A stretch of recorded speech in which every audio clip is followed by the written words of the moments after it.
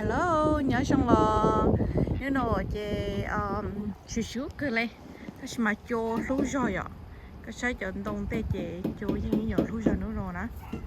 so cú từ bỏ há Ashton tu nè ở tu khu hoàn chạy nó vậy which bù đó mà anh nhớ họ châu sáng châu nó chỉ mua yêu khu lại chạy cho nó vậy thì lại chạy nó vậy nên thấy cho giống có dùng số lúc cho bé lúc lớn nó chỉ biết họ chơi nó lúc lúc chiên cả đó thế chỉ lúc thấy khổ lớn nó vậy ô cổ bé nhau nó là dùng số lu cho bé vậy bỏ lu khu hoàn chạy nó cho họ cho lu này nhỏ cái sao phải cho lu này nó là thì đây là nó đây vậy thì mua chả mua khu cho mua stable sao mua stable ha mua khu cho dùng số lu là do giảm số lu thế nào nhỏ chim ta nó mà chưa lo để xử lý dùng xử lý cái nó chế nữ nhiên tử luôn oxy cho nó cho Sophia cái nó vậy để phao mỏ chữ để tử oxy nhói nó thì nó xíu cứ lấy đất mà cho nó luôn cái sai là lúc con kia về cái con kia nó vậy cái gì cũng phải cho nó luôn đó này mà nó nói về nếu chỉ có cô hẹn đó mà nó xí nhỏ rồi đúng không?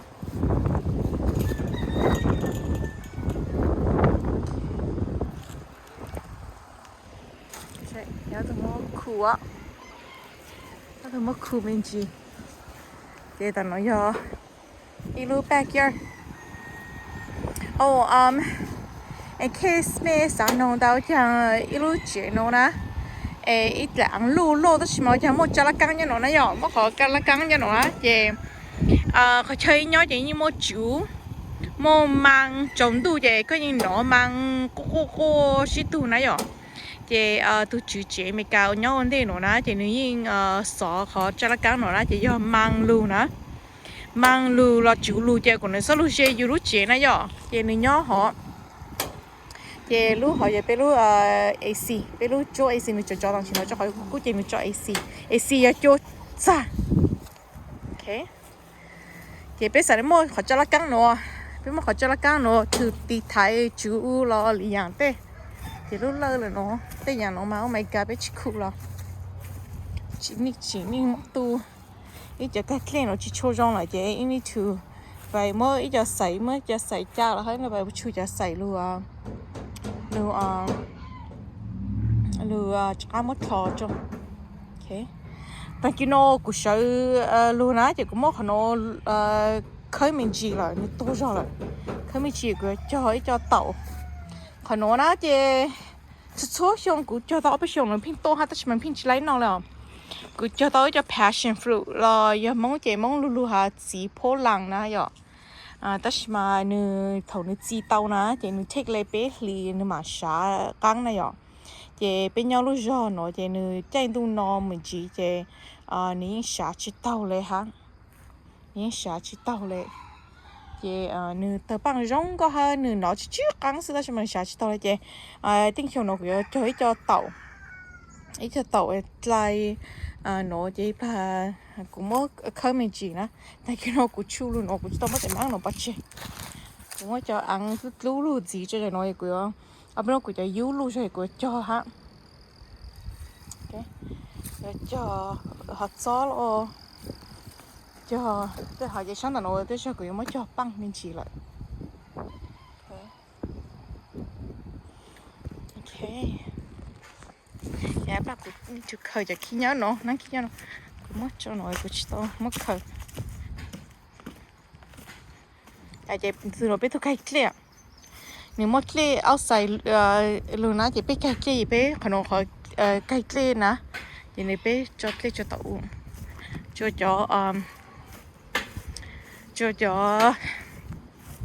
cá ha cho củ lúa cho cá ha cho củ cho cho củ là cá ha cho củ cho phan cho băng đây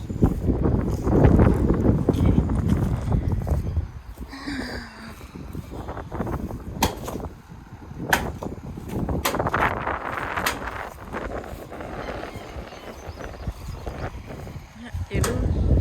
nếu chỉ là sát sầu ha. How's it going?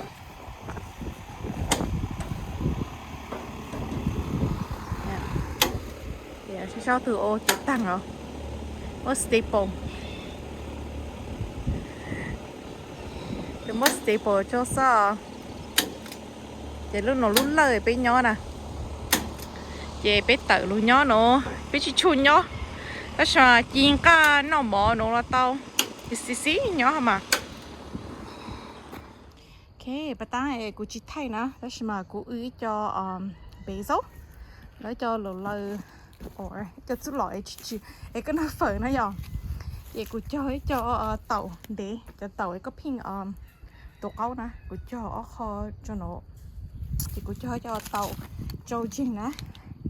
yeah, I know it's kind of chúng mình chỉ messy, đó là của cho căng nó, thì sao bên nút bột tô nữa.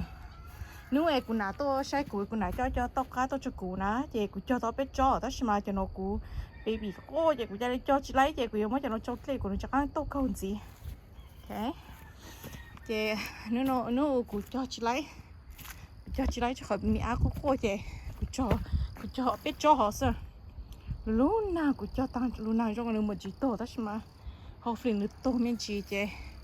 ở bên đó mà cho cái cha tôi, ok? Chị bày cho chơi chị có khủng cho nó nhìn vô tăng rồi cho luôn nè chị bày say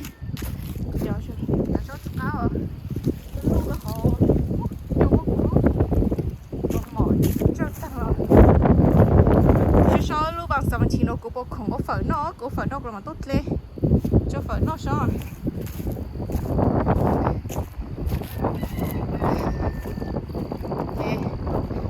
cho băng nữa thì tớ băng là cho nó mega hu iris thì cho nó chè thì cho nó chữ này giờ ní cho nó ná chè số xong chè ní tôn nó lên thế thì phải sao của tôi chỉ tu qua chiều phải sao thì nè ta phải khơi mình chỉ cho tàu của sao có tôn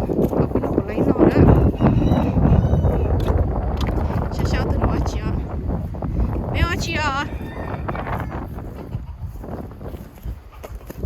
没有去啊？啊？都把好吃啊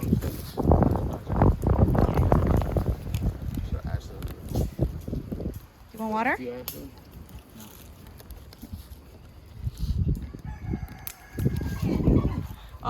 You guys have to cut this grass. If I get more now. Ashton, like tomorrow, maybe you can come and cut this grass. If you guys pick up all the wood. Yeah. Move all these stuff and come and cut the grass. Not today. Maybe tomorrow. So that snakes doesn't come here. Yeah. 没有 look quail 没有 một cho inside look coop đó. Okay. Thì mấy con tỉ cho I think it's u. Mấy món hù mà hù bỏ hạt ta cho họ chia giờ cho chọc là ốp bể nè, đó mà người ta ốp bể giờ dạng sai họ giờ cho khuya tụi có giờ ha có khờ cho cái á and little wee cho bà cho băng mua hatch nè. Yeah, so by mua cho cái clean ấy cái little wee by say cũng nà ha của sister cho bà cho bông. Mi thổ ý là tao đó mà ý cá đó mà ý của mà của chỉ nó cá cho cái của yêu nó giờ cho chắc của của chỉ xí nó này chị của chỉ nó chị của yêu thời chị của ý bài tập của nà chị cho bài của nà nó hồi cho u nó chị của tôi tại lâu nãy giờ như sao mô ô cột lâu chị yêu khơi chị yêu mô cột cho bài chuyên nghiệp nó bộ mô cột lâu á Jeno na e ku mo ku kha toi cho cho ne nu lo to yang tu je mo yu je lu rong ko tu di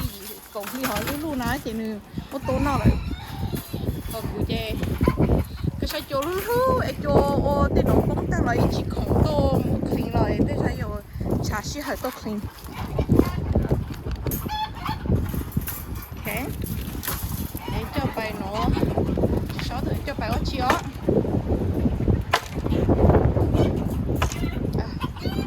个好重着，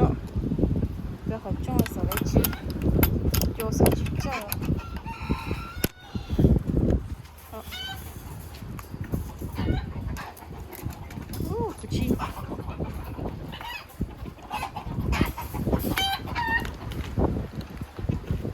Yeah, I need to to clean no ha.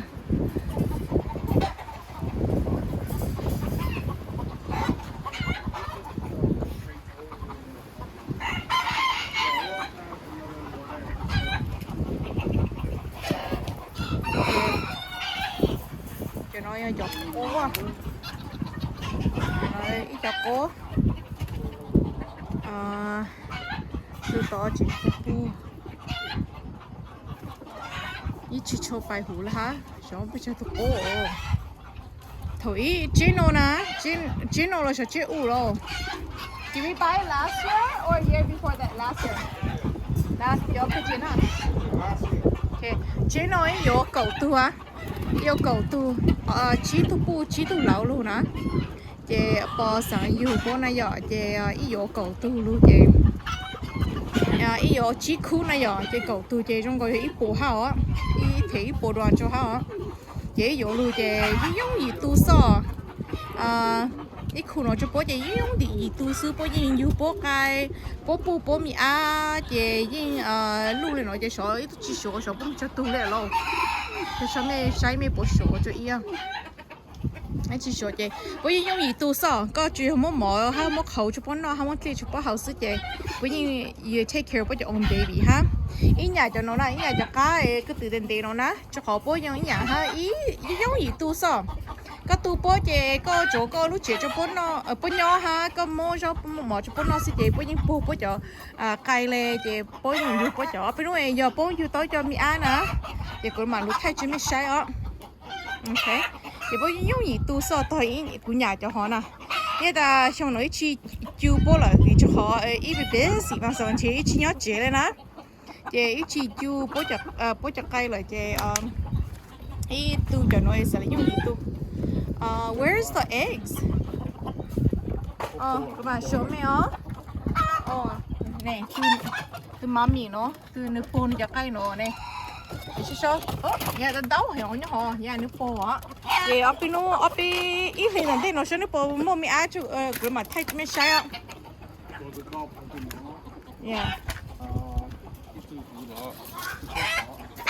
chị ini cho用gì lên nó sợ ấy chi hết ấy chi tu cho用lại vì cho khỏi bị busy chỉ không tu rồi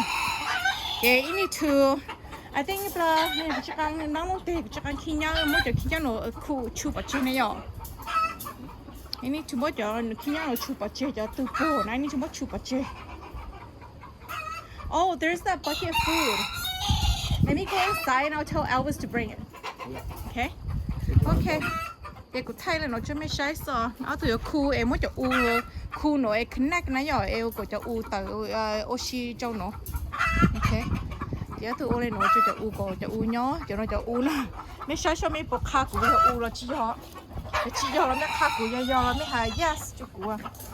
cho nó bé cho mấy cái bé hụt theo giờ của bao luôn khỏe xứ nó có hậu theo có hậu mất cho nó